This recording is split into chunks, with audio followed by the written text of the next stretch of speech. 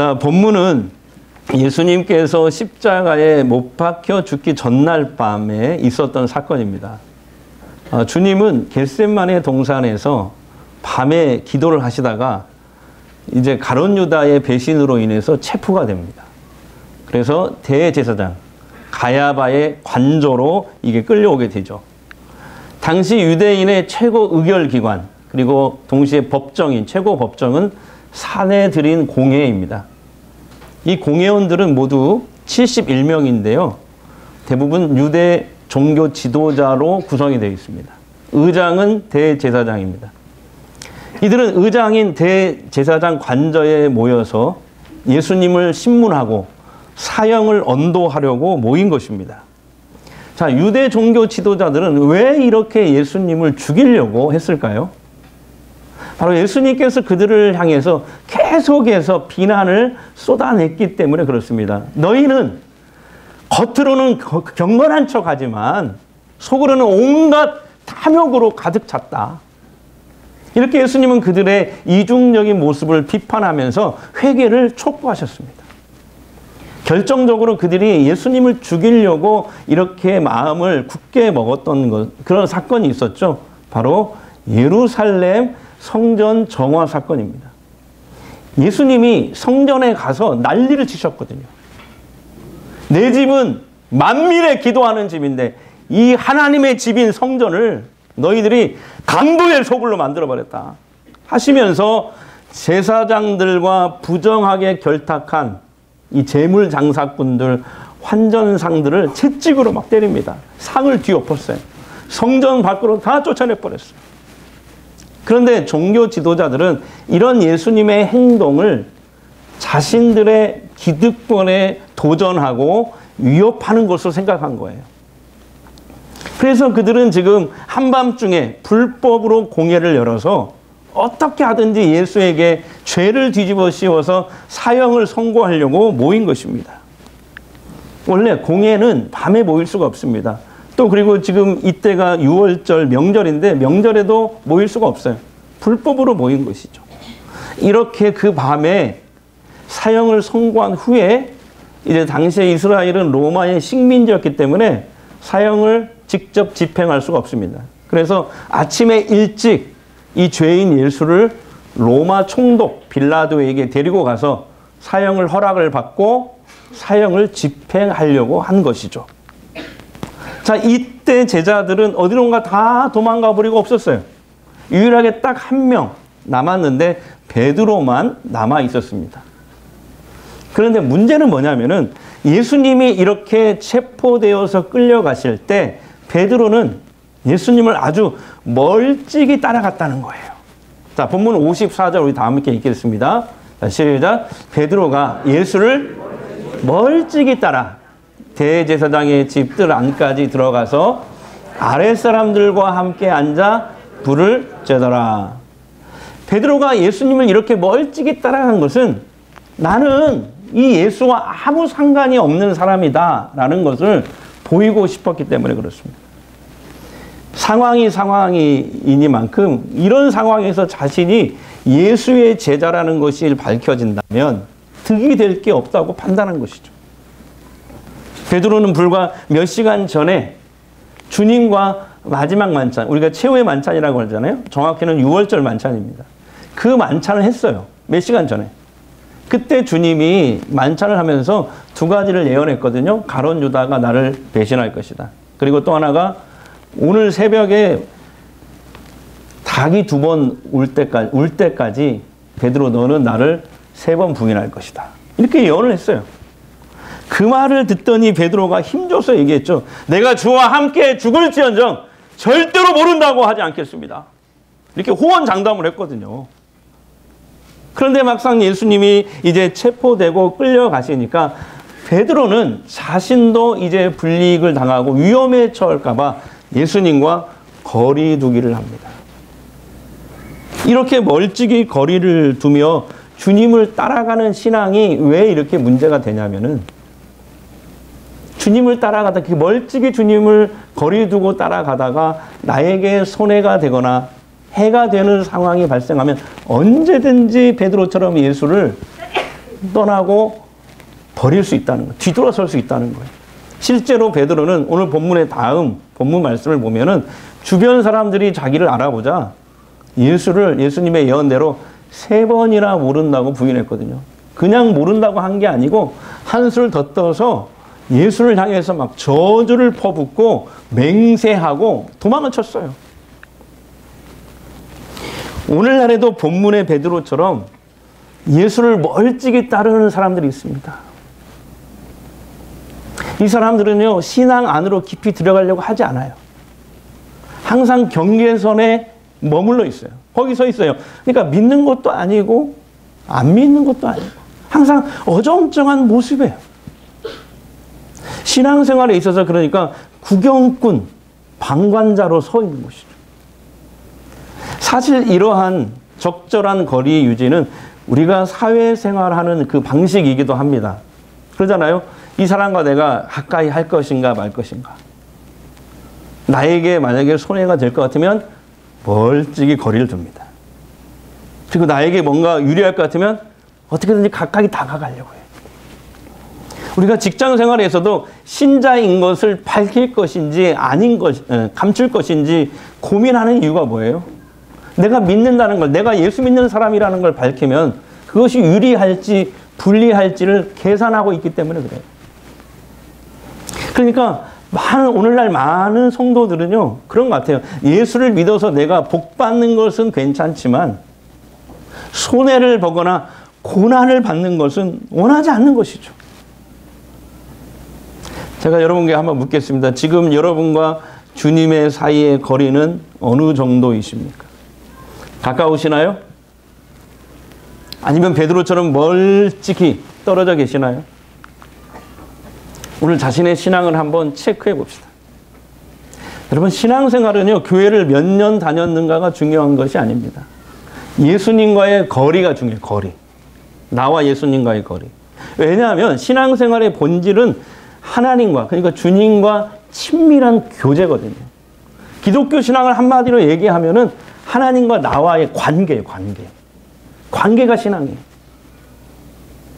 주님과 친밀한 교제, 하나님과 동행하는 삶이요. 이게 기독교 신앙의 본질이거든요. 사우디 왕세자 빈살만이라는 분 아시죠? 이분이신데 미스터 에브리싱이라고 부릅니다. 발음이 좋았나요? 네. 그러니까 못할 게 없다. 이런 뜻이 미스터 에브리싱. 그러니까 왜 그러냐면 강한 권력과 막강한 권력과 재력의 소유자이거든요. 3년 전에 우리나라에 1박 2일로 왔잖아요. 머물다 갔잖아요. 그때 사우디 아라비아 그 한 사막에 서울의 23배의 크기의 네옴시티, 네옴시티 건설을 위해서 한국과 사업 미팅을 하기 위해서 우리나라에 왔는데, 그때 놀라운 것은 1박 2일 머물다 갔는데 롯데 호텔 전체 건물을 다 빌렸잖아요. 그때 뉴스 보셔서 생각나시죠? 그리고 이제 우리나라 그 재벌들이 와가지고 그때 이제 협약을 맺었는데 그 돈이 한 40조 정도. 미미한 수준이긴 하지만 우리나라가 이 40조 정도의 그런 일들을 해줬으면 좋겠다라는 거죠. 이런 이제 협약을 맺었거든요. 근데 여러분, 빈살만은요, 이 사람은 개인 재산이 얼마냐? 2조 달러 정도래요. 2조 달러. 2조 달러 어느 정도냐면요, 이거예요. 매일 140억씩 써도 500년을 쓸 수 있는 돈. 여러분이 안 놀랬으면 제가 오늘도 안 놀래시네요 이렇게 하려고 했는데 센스가 그냥 이제는 많이 좋아지셨어요. 한 두 분 정도만 안 놀랬어요. 다시 할게요. 그분들을 위해서. 매일 140억씩 써도 500년을 쓸 수 있는 돈을 가지고 있대. 하지만 그는요, 이 사람은 권력, 승계, 서열상 왕세자가 될 수 없어요. 사우디아라비아의 왕세자가 될 수 없거든요. 그런데 그에게 이런 기회가 주어진 것은 그의 어머니의 지략 때문이라고 합니다. 어머니는 어릴 때부터 이 빈살만에게 한 가지 원칙을 철칙으로 지키게 했대요. 그게 뭐냐면 아버지와의 점심 식사 자리에 항상 참석하는 것. 어린 빈살만이 항상 아버지와 점심 식사를 함께 앉도록 하는 것이었어요. 다른 건 몰라도 이 명령만큼은 빈살만이 절대 어길 수가 없도록 했어요.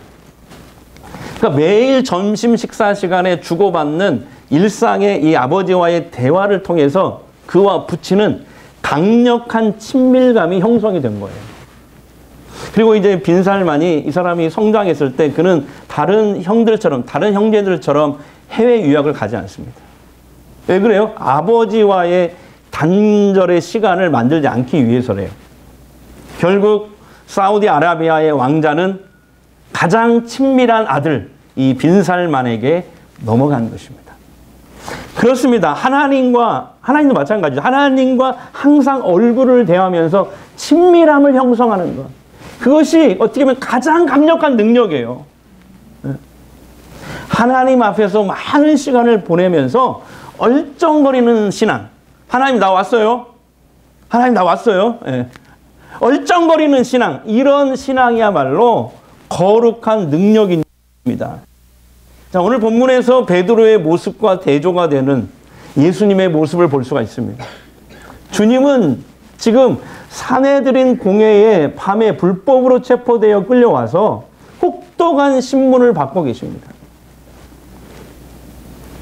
저 예수님이 이 신문을 받았던 그 가야바 대 관저가 지금 그대로 그 지하 구덩이라는 이런 것들이 그대로 남아 있거든요. 저희 거기 성기순례를 간 적이 있는데 예수님이 이렇게 양손에 밧줄에 묻혀서 구덩이에서 이렇게 매달려 계시기도 했다.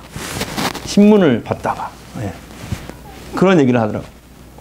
예수님을 죄인으로 지금 몰아가고 있습니다. 그런데 예수님의 반응은 어떨까요? 자, 60절과 61절을 보겠습니다. 자, 시작.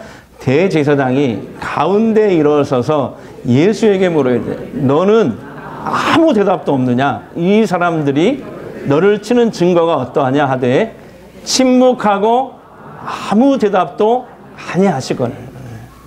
주님은 침묵하시면서 아무 대답도 하지 않으셨어요. 예수님을 죽이기로 작정하고 결론을 내리고 있는 사람들에게 변호해봤자 아무 의미가 없기 때문이죠. 우리는 본문에서 정말 말도 안 되는 그 비난과 공격에도 초연하신 예수님의 모습을 봅니다. 그저 예수님은 하나님의 뜻을 이루기 위해서, 다시 말하면 십자가를 지는 것이잖아요. 십자가를 메고 온 인류의 죄를 다 짊어지고 죽는 것. 이게 예수님의 비전이고 하나님의 뜻이잖아요. 예수님은요. 그 길을, 그 주의 길을 묵묵히 그냥 걸어가고 계십니다. 예수님은 이렇게 가야바 대제사장 앞에서도 그랬고, 또 그날 아침에 빌라도 로마 총독의 앞에서도 그랬고, 또 십자가에 달려 사형을 당할 때도 같은 모습이었습니다. 흔들림 없는 반석이셨어요. 이건 정말 베드로와 전혀 다른 모습입니다. 그래서 오늘 말씀은 이거예요. 예수님께서 공회에 체포되어 끌려가실 때 예수의 제자였다는 것이 알려져서 자기가 불이익을 당할까 봐 멀찍이 거리 두기를 하며 따라갔던 베드로는 결국 예수님을 저주하고 부인하는 그런 자리까지 나아가게 됐다는 것입니다. 지금 우리는 참 혼란한 시대를 살고 있습니다. 비상계엄 사태로 인해서 정치적 혼란은 가중되고 있어요. 우리 백장로님이 기도해 주셨던 것처럼. 국론은 분열되고 있습니다. 양극단으로 치우쳐가고 있어요. 서로 잡아먹을 듯이 미워하고 비난하고 정죄합니다. 사회 통합과 화목을 위해서 애써야 하는 사명을 가진 교회는 오히려 이런 사회적 갈등을 맨 선봉에 서서 더욱 부추기고 있는 것처럼 보입니다. 요즘에는 그 세력들이 또 둘로 나눠졌어요. 광화문파, 여의도파. 또 서로 싸웁니다. 많은 교회들이 그 사람들을 끊어내지 못하고 있어요. 그래서 기독교에 대한 사회의 적대적 분위기가 갈수록 더 강해지고 있습니다. 경제는 더더욱 어려워지고 있고 국격은 떨어졌으며 서민의 삶은 팍팍해지고 있습니다. 나라가 잠시 길을 잃은 것 같아요. 불안합니다. 그런데 이렇게 사회적으로 또 개인적으로 어려움이 오면요, 신앙은 두 갈래로 나눠지는 것 같아요. 고난이 올수록 신앙이 깊어지는 사람이 있는가 하면은 더 멀어지는 사람이 있어요. 더 멀어지는 사람은 어떤 사람들일까요? 평소에 예수를 따르는 그 일에 확신이 없는 사람들. 또한 평소에 멀찍이 예수를 따르는 사람들 아닐까요? 어려움이 올 때요, 사실 진짜 신앙이 가지고 있는지 가짜 신앙인지 다 드러나게 되어 있습니다. 근데 생각해 보세요. 우리가 언제 안 어려울 때가 있었나요? 세상이 안 혼란할 때가 있었나요? 우리 인생은 상황과 조건 때문에 흔들리는 게 아니에요. 내 신앙이 흔들리니까 다 흔들리는 거예요.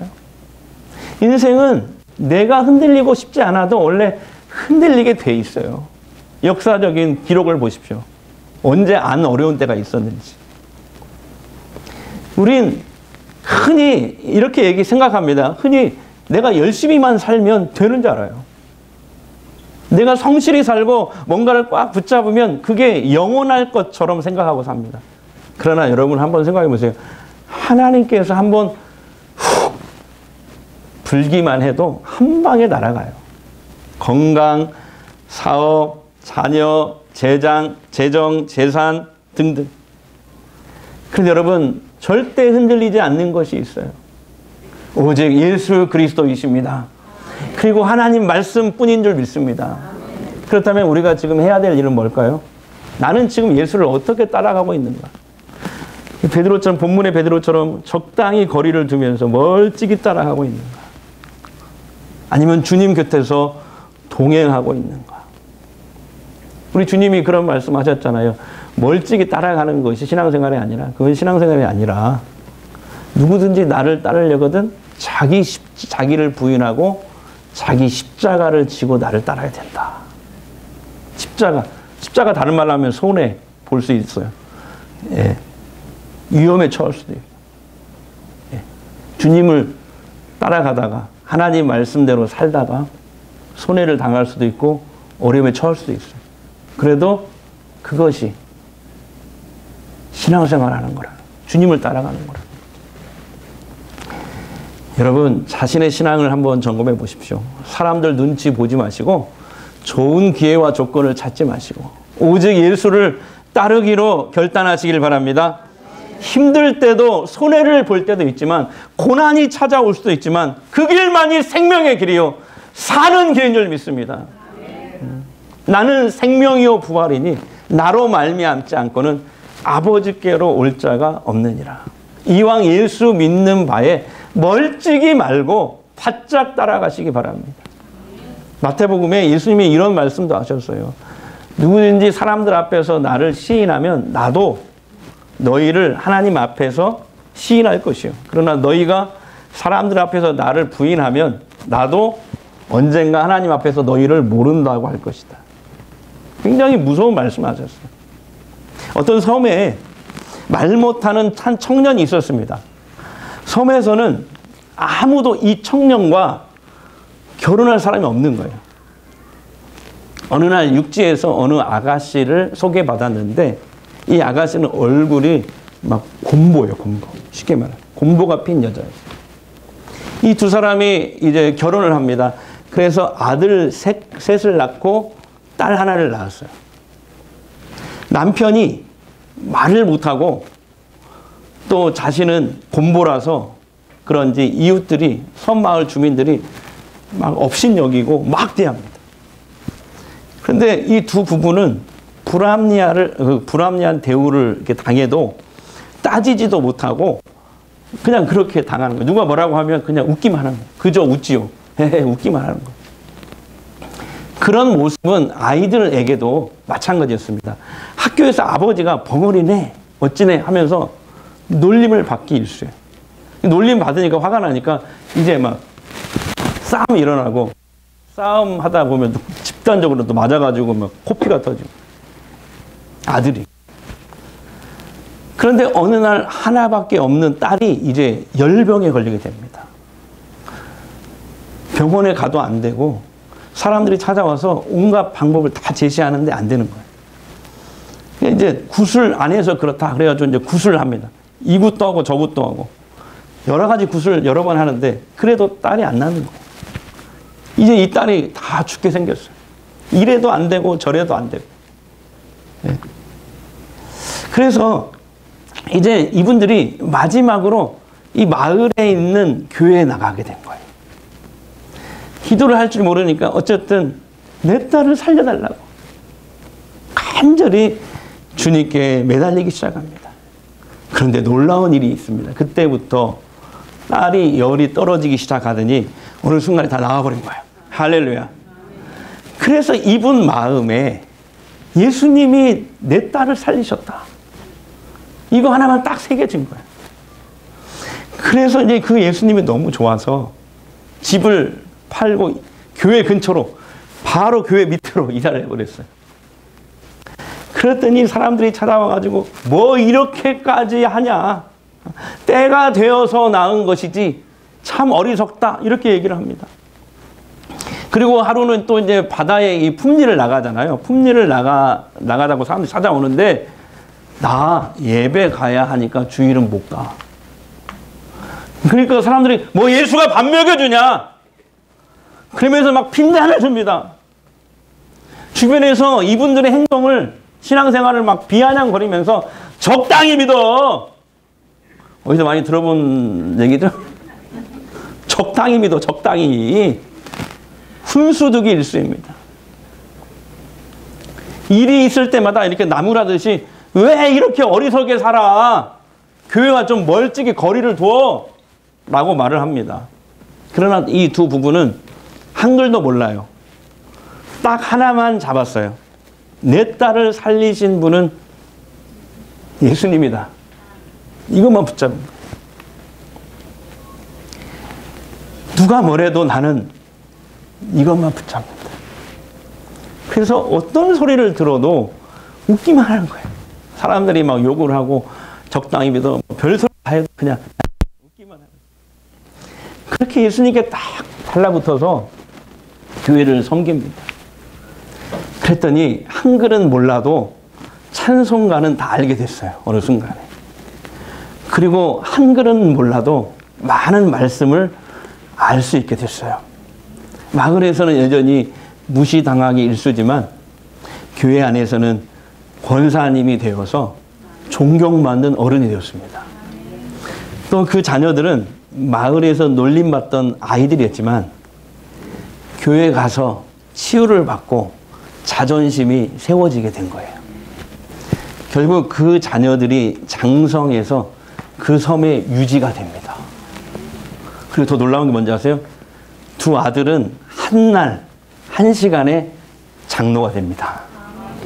제가 그 섬교회에서 5년간 목회했을 때 그 권사님의 두 아들 형제가 장로님이 되셨습니다. 네. 백장로님 한 분만 놀라시네요.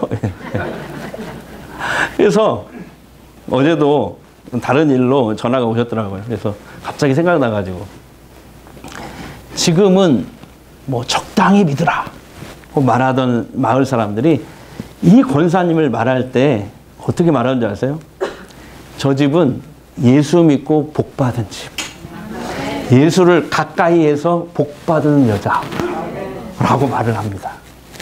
사랑하는 성도 여러분, 오늘 시편 73편 28절에 이런 말씀이 있어요. 다 같이요. 하나님께 가까이함이 내게 한 번 더 시작. 하나님께 가까이함이 내게 보이라. 그렇습니다. 인생의 모든 해답이 우리 하나님께 있잖아요.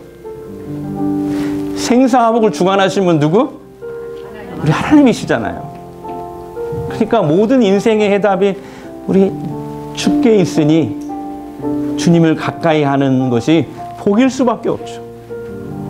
그래서 새해에는 내가 예수 믿는 사람이라는 걸, 크리스찬이라는 것을 여러분 드러내십시오. 감추지 마세요. 그래서 당당하게 여러분이 서 있는 곳이 어디든지 빛으로 서시기를 바랍니다. 빛으로 서시기를 바랍니다. 그리고 하나님과 물리적인 또 시간적인 거리를 좁히셔야 돼요. 하나님을 가까이 함이 내게 복이다. 이 복을 누리게 될 줄 믿습니다. 예배 생활뿐만 아니라 기도 생활도 가까이 하시고 성경 통독도 가까이 하시고 오늘 목장 모임도 꼭 참석하셔서 성도의 교제를 하시기 바랍니다. 그리고 한 가지씩 뭐라도 좋으니까 이렇게 봉사하시고 하는 것, 이게 주님을 가까이 하는 거예요. 예. 예수님과 목회하면서 보니까 딱 알겠더라고요. 뭐냐면 예수님과 이렇게 내가 거리를 두면서 거리두기 하면서 신앙생활 하잖아요. 편해요. 속 편하고 참 좋죠. 편하고. 근데 이거 알아야 돼요. 축복도 없다는 사실. 축복이 없어요. 근데 오히려 예수님과 거리두기 하면서 따라가잖아요. 베드로처럼 언젠가 따라가다가 내게 손해가 되거나 해가 되는 일이 생기면 그때 주님을 떠나게 돼요. 근데 생각해보세요. 우리가 믿음의 눈으로 봅시다. 주님 떠난 인생. 세상에서 아무리 성공했다 하더라도 결국 지옥 가기 때문에 실패한 인생 아니에요? 불행한 인생 아닙니까, 여러분? 반대로 예수님을 내가 바짝 따라가잖아요. 그러면 주책이 됩니다. 주책이 뭔지 알아요? 주님이 책임지는 인생. 자, 옆 사람에게 주책이 됩시다. 주책. 주님이 책임지는 인생. 하나님과 우리 사이를 가르고 끼어들어서 우리 주님의 거리를 자꾸 멀찍이 만드는 그런 것들 있잖아요. 여러분 아시잖아요. 그런 거 다 빨리 저 바다 깊은 데 다 버리셔야 돼요. 내가 그동안 주님을 멀찍이 쫓았던 거, 그 신앙생활 오늘 회개할 수 있기를 바랍니다. 예수님께 바짝 달라붙어서 따라가시기를 바랍니다. 그래서 주님이 책임지는 인생, 복받는 인생이 되시기를 주의 이름으로 축복합니다. 우리 이 찬양 한번 불러볼까요? 세상은 들리고 사람들은 변하여도 나는 주를 섬기리. 주님의 사랑은 영원히 변하지 않네. 나는 주를 신뢰해. 우리 한 번 더 찬양합니다. 세상은 들리고 사람들은 변하여도 나는 주를 섬기리. 주님의 사랑은 영원히 변하지 않네. 나는 주를 신뢰해. 오직 믿음으로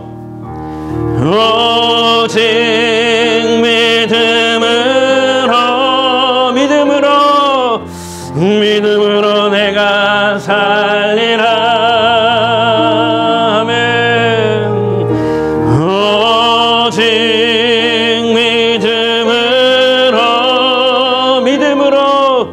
믿음으로 내가 살리라. 오직 믿음으로. 아멘. 오직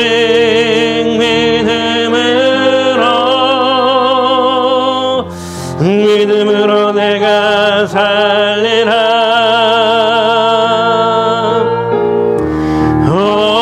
오직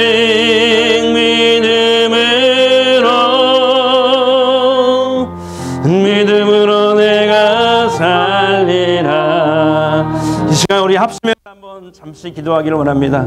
예수님과 어정쩡하게 계속 거리두기 하며 따라가면요, 여러분 결국 베드로처럼 언젠가 주님을 떠나게 됩니다.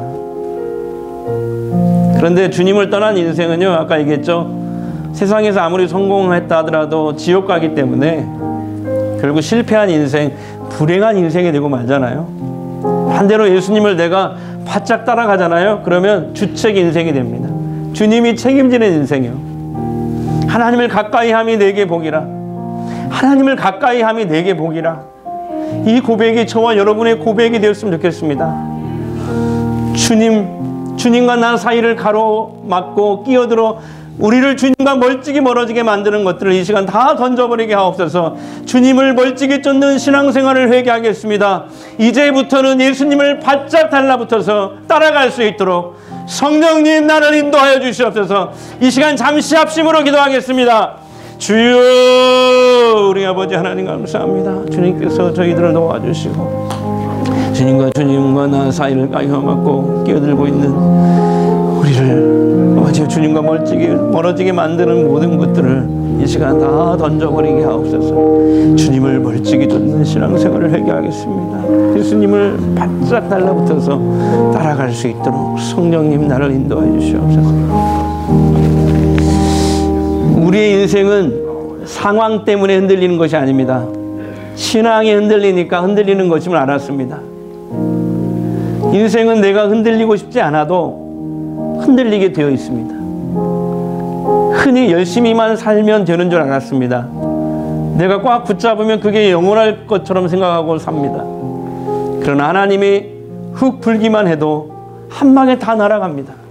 건강, 사업, 자녀, 재정, 재산 등등. 그런데 흔들리지 않는 것은 오직 예수 그리스도와 하나님의 말씀뿐인 줄 믿습니다. 나는 지금 예수를 어떻게 따르고 있는지, 적당히 거리를 두고 따르고 있는지, 아니면 주님 곁에서 동행하고 있는가를 점검하겠습니다. 더 이상 사람들 눈치 보지 않겠습니다. 좋은 기회와 조건을 찾지 않겠습니다. 오직 예수님만 따르겠습니다. 힘들 때도, 손해를 볼 때도, 고난이 찾아올 때도 있지만 그 길만이 생명의 길이요 사는 길인 줄 믿습니다. 이왕 예수 믿는 바 멀찍이 말고 바짝 따라가겠습니다. 성령님 나를 인도하여 주옵소서. 주와 늘 동행하는 인생 되게 하옵소서.